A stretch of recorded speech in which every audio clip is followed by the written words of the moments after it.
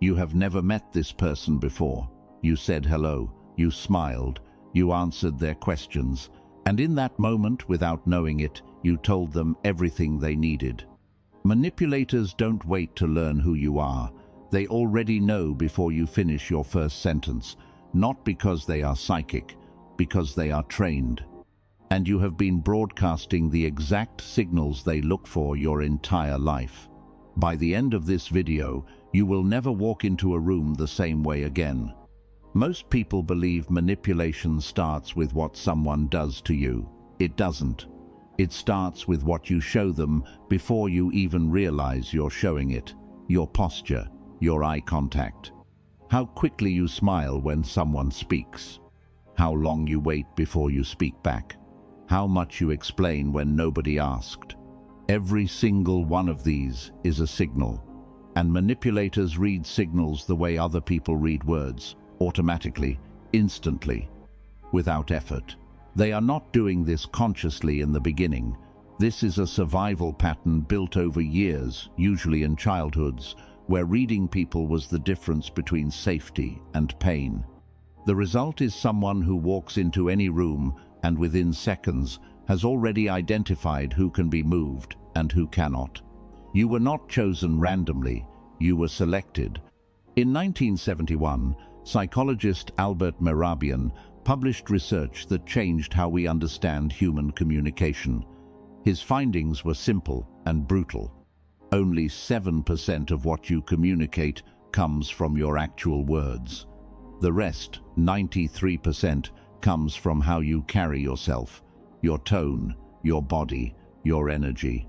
Manipulators never studied this research. They don't need to. They discovered it through experience, and they use it every single time they enter a room. What they are looking for falls into 3 categories. The first signal is approval hunger. Watch how someone responds when a stranger gives them attention. Do they light up? Do they lean in slightly? Do their sentences get longer trying to keep the connection alive? That is approval hunger. And to a manipulator, it is the clearest green light that exists. Because someone who needs your approval will do almost anything to keep it. Psychologist Robert Cialdini spent decades studying the science of influence. One of his core findings: people who have a high need for approval are significantly more susceptible to social pressure and manipulation, not because they are weak, because their nervous system was trained early to prioritize acceptance over protection, and that training never turns off. The second signal is over-explanation. Pay attention to how much someone speaks when they haven't been asked a question. Do they justify their choices unprompted? Do they apologize before anyone accuses them? Do they fill silence with words as if silence itself is dangerous? This tells a manipulator 2 things. 1, this person is uncomfortable with uncertainty. 2, this person needs to be understood. And someone who needs to be understood can be controlled through withholding understanding. Confuse them, withdraw, make them feel unseen, then offer clarity on your terms. That is not accidental. That is a strategy. The third signal is boundary softness. Watch how someone responds when they are pushed. Do they hold their position, or do they slowly shift it to avoid conflict? Do they say no, or do they say, well, maybe, or I'm not sure, or nothing at all? Soft boundaries are not weakness.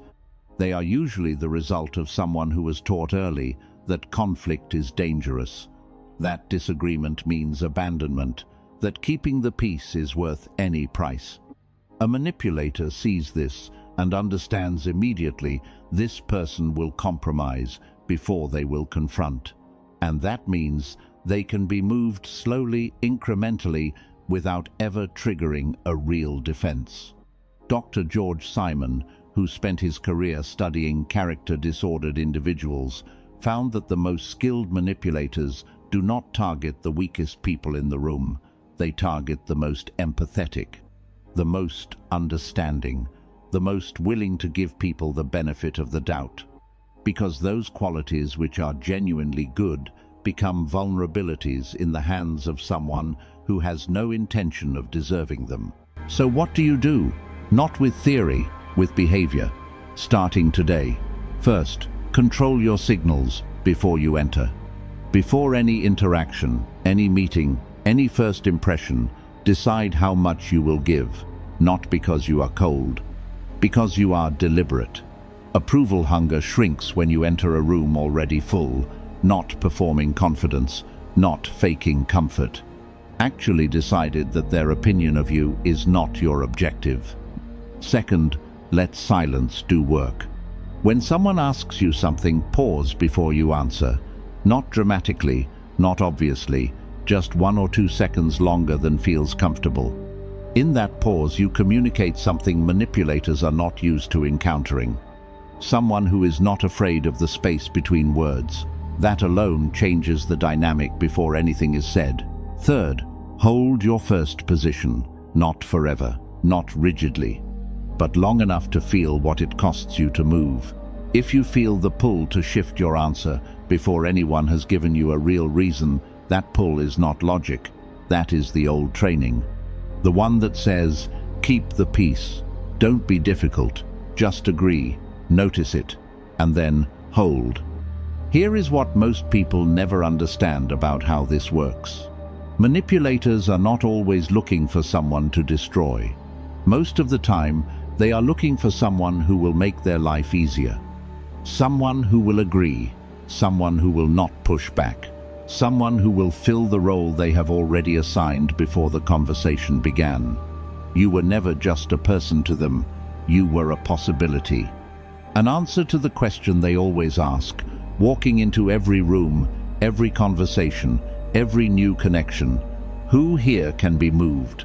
Now you know the question, which means for the first time, you get to choose your answer. Think about the last time someone made you feel like you had to earn their approval. Did you earn it? Or did earning it just make them ask for more? That is not connection. That is a system. And now you see it. Subscribe to Psychex. Because once you understand how you are being read, you stop being so easy to find.